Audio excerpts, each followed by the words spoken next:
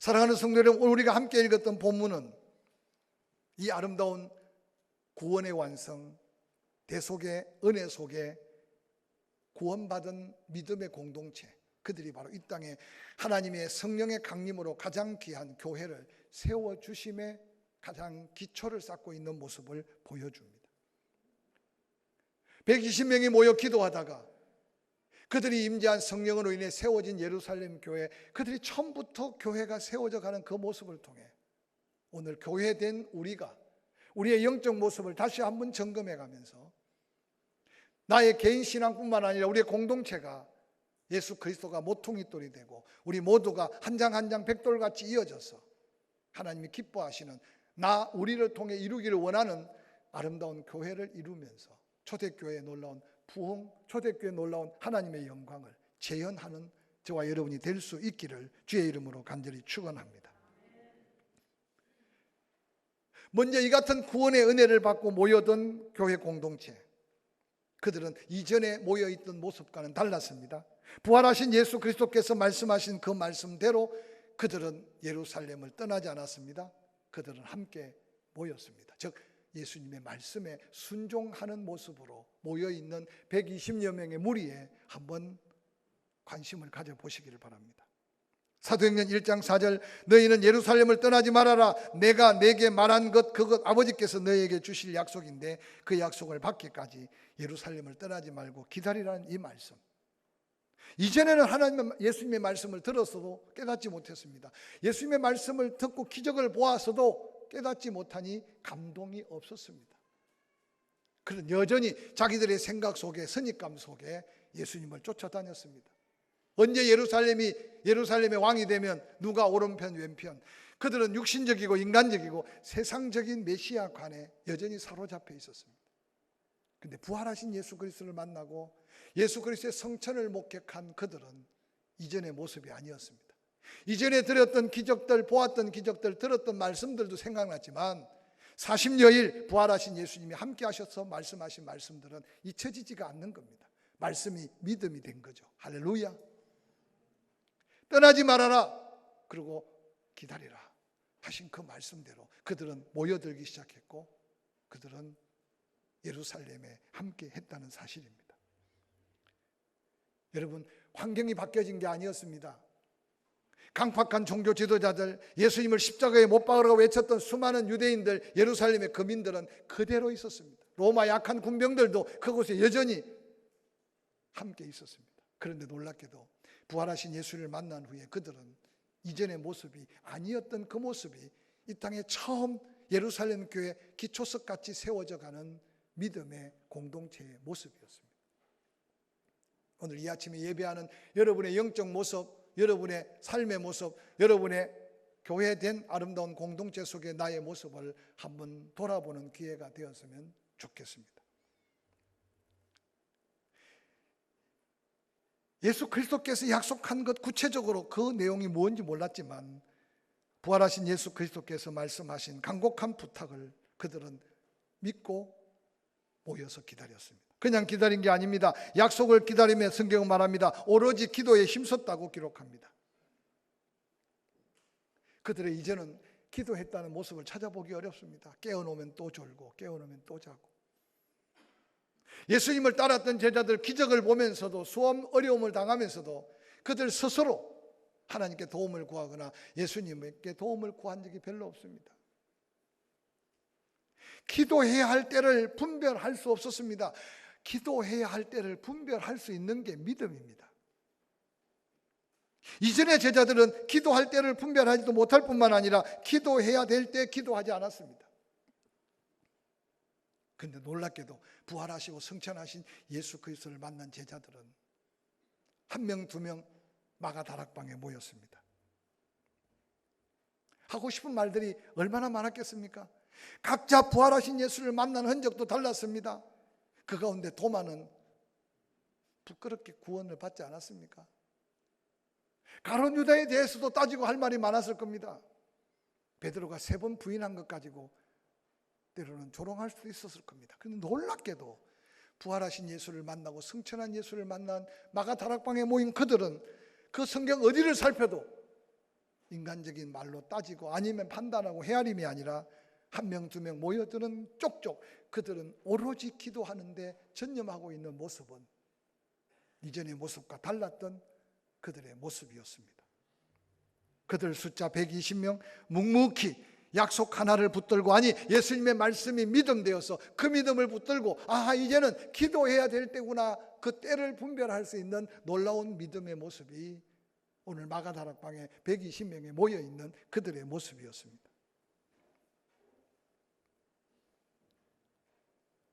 오늘 이 시간에 모여있는 귀한 예배, 바쁜 시간을 쪼개고 힘든 삶의 전선에서 주의를 지키기 위해 몸부림쳤던 여러분 축복하고 박수를 보내고 싶습니다.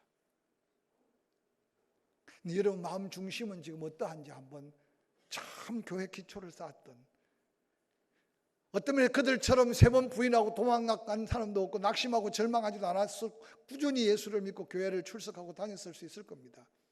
근데 놀랍게도 오늘 변화받은 그들이 전혀 따질 것 없고 비판할 것 없고 헤아릴 것 없고 세상적 인간적 말할 것 없이 묵묵히 전혀 오로지 기도에 힘쓰고 있는 그들의 모습과 나의 영적인 지금의 모습을 한번 다시 점검해 보시길 바랍니다.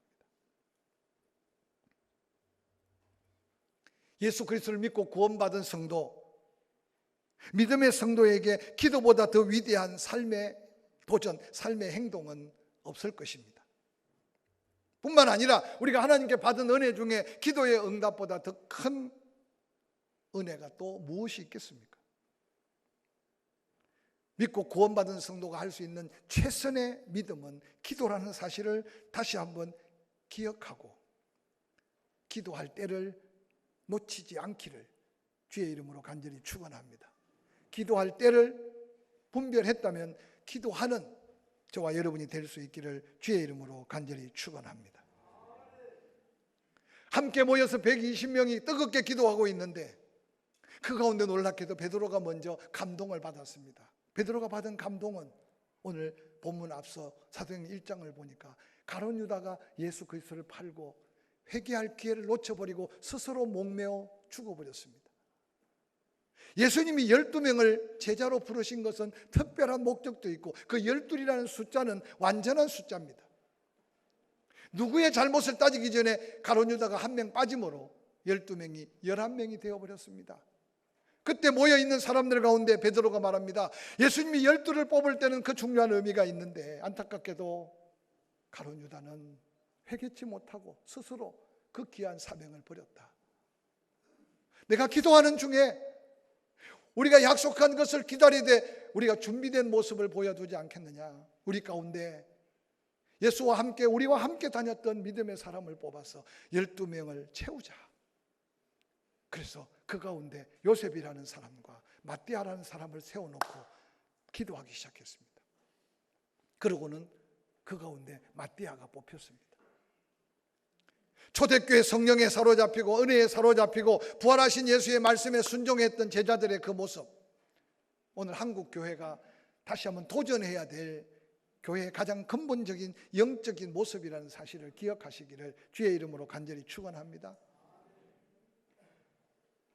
성경 그 어디에도 뽑혔다고 교만했거나 뽑힌 데 탄력됐다고 시험 든 일이 없는 초대교회 성령의 역사함 속에 이루어져가는 이 역사를 우리가 사모해 가면서 오늘 약속한 성령을 기다리고 있는 예루살렘 교회, 어떤 면에서 창립 멤버, 이 지구촌의 교회의 가장 아름다운 모습으로 교회를 기초석을 놓고 있는 그들의 모습을 한번 묵상해 가면서 여러분 개인뿐만 아니라 우리 교회 공동체가 다시 한번 회복으로 나아가는 거룩한 도전이 이 말씀 속에 있기를 주의 이름으로 간절히 축원합니다.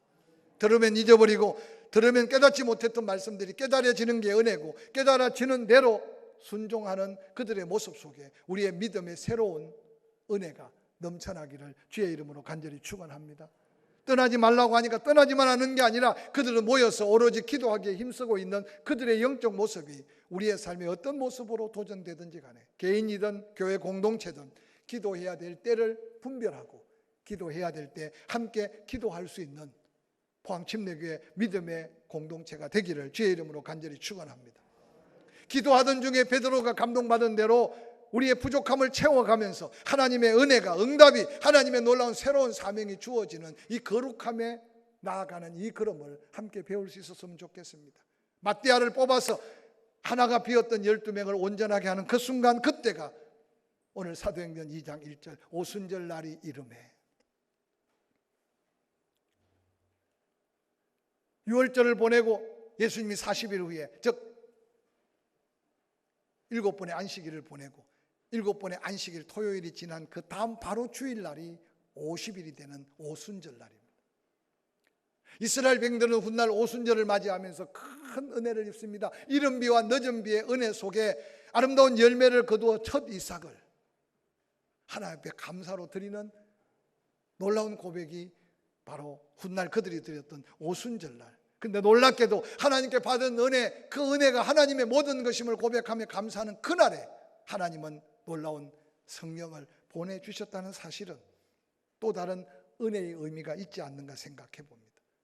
우리의 삶 속에 예수 그리스도를 믿어 구원받은 성도에게 임한 성령은 우리의 모든 것이 되며 모든 것을 되게 하는 하나님의 능력이라는 사실을 믿을진데, 이보다 더 큰 은혜가 어디 있으며 이보다 더 큰 능력이 어디 있겠습니까? 그런데 안타깝게도 우리가 이 세상을 살아가면서 구원받음의 은혜가 얼마나 소중한지를 어느 날 놓치고 사는 때가 너무 많습니다. 그 구원받은 자에게 주신 성령의 선물이 얼마나 놀라운 선물이며 얼마나 큰 능력인가를 깨닫지 못하고 세상에 자꾸 빠져들어가는 그리스도인들이 얼마나 많은지 모릅니다. 사랑하는 성도 여러분, 오늘 오순절 날이 이르러서 임한 성령의 역사가 내게 이미 성령의 선물로, 성령의 침례로 내 안에 있는 성령임을 다시 확정해 가면서 어떤 모습으로 구원받고 그 은혜 안에 첫사랑을 경험했던지 간에 그 은혜를 다시 한번 되새겨 보면서 그 은혜 위에 더한 은혜를 사모하는 저와 여러분이 될 수 있기를 주의 이름으로 간절히 축원합니다. 말씀에 순종하고 은혜를 구하며 기도하고 그들의 부족함을 채워서 온전한 공동체를 이룰 준비를 한 그곳에 사도행전 2장 1절은 이렇게 말합니다. 오순절 날이 이미 이름에 그들이 다 같이 한 곳에 모여 있는 곳에 홀연히 하늘로부터 급하고 강한 바람 같은 소리가 있어 그들 앉은 온 집에 가득하며 마치 불의 해처럼 갈라지는 것들이 그들에게 보여 각 사람이 하나씩 임하여 있더니 그들이 다 성령의 충만함을 받고 성령이 말하게 하심을 따라 다른 언어로 말하기를 시작했다. 오순절에 임한 성령은요,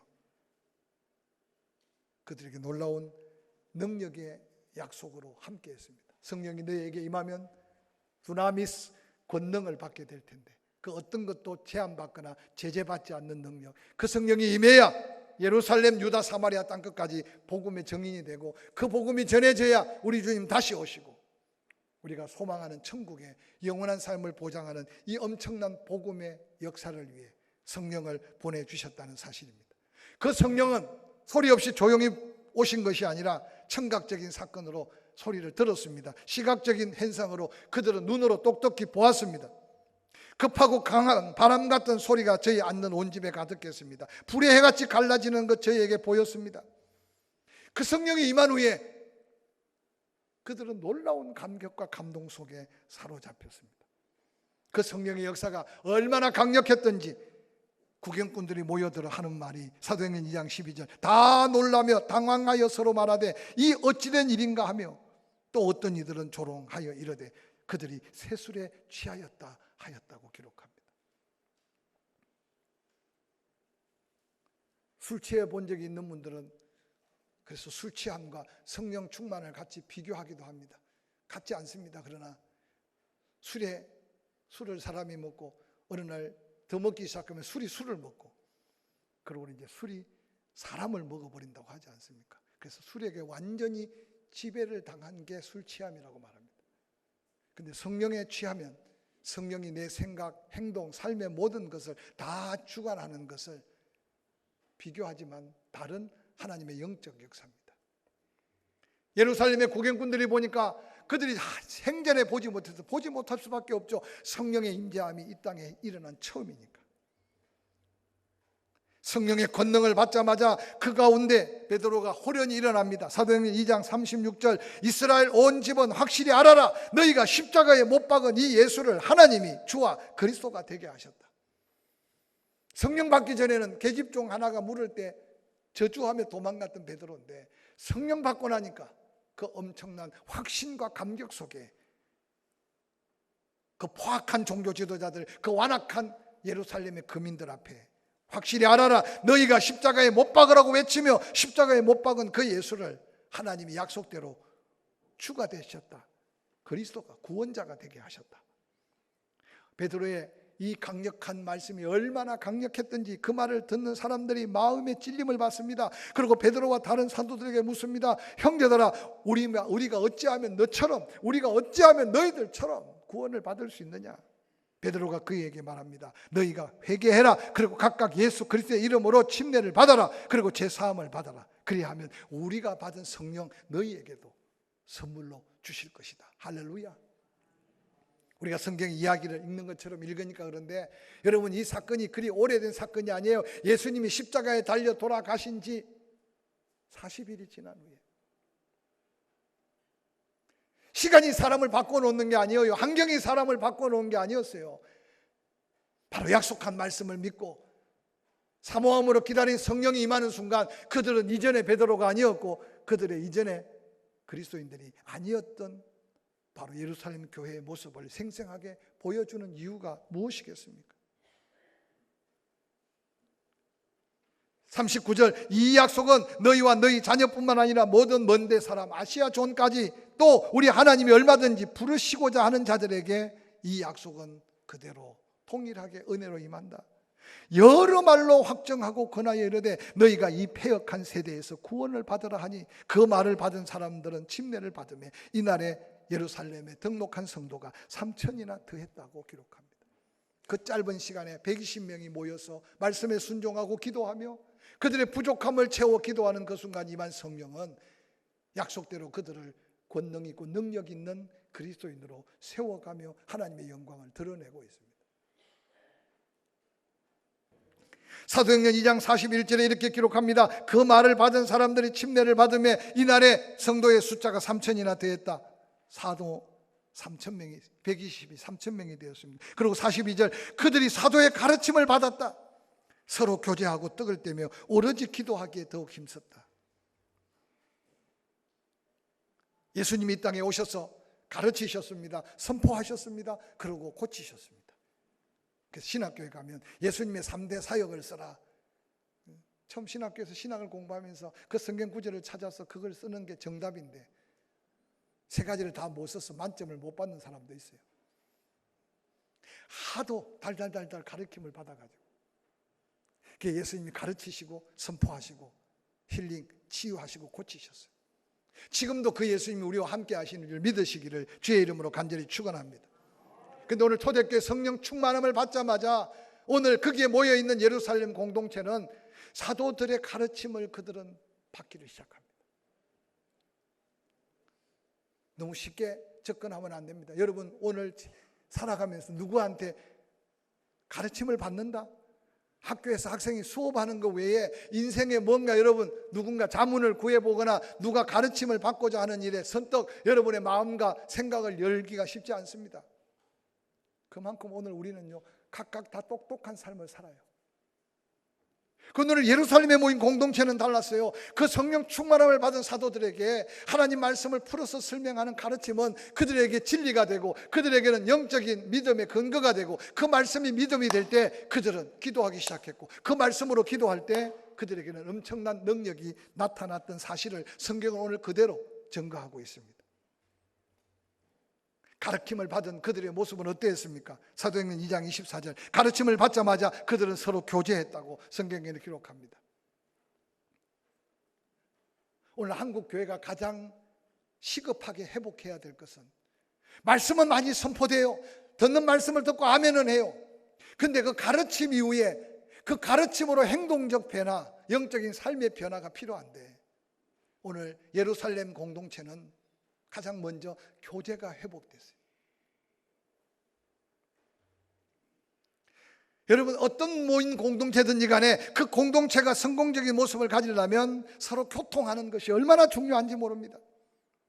그래서 교회는 성도 간의 교제가 없이는 교회의 공동체를 온전히 건강한 교회를 이룰 수 없습니다. 왜냐하면 그래서 예수님은 교회가 당신의 몸이라고 말하셨습니다. 당신은 머리가 된다고 말했습니다. 또한 교회는 그물로 비교할 때 예수님은 모퉁이 돌이 되어서 그 예수님의 모퉁이 돌로 이어서 하나하나 백돌이 쌓여져서 건물이 완성되듯이 그런 아름다운 조화를 이루는 것이 이 땅에 세우신 교회의 아름다운 모습이라고 증거하고 있습니다.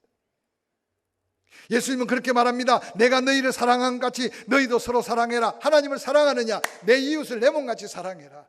이것이 율법의 완성이다. 이것이 가장 큰 계명 중에 계명이다 라고 가르쳤습니다.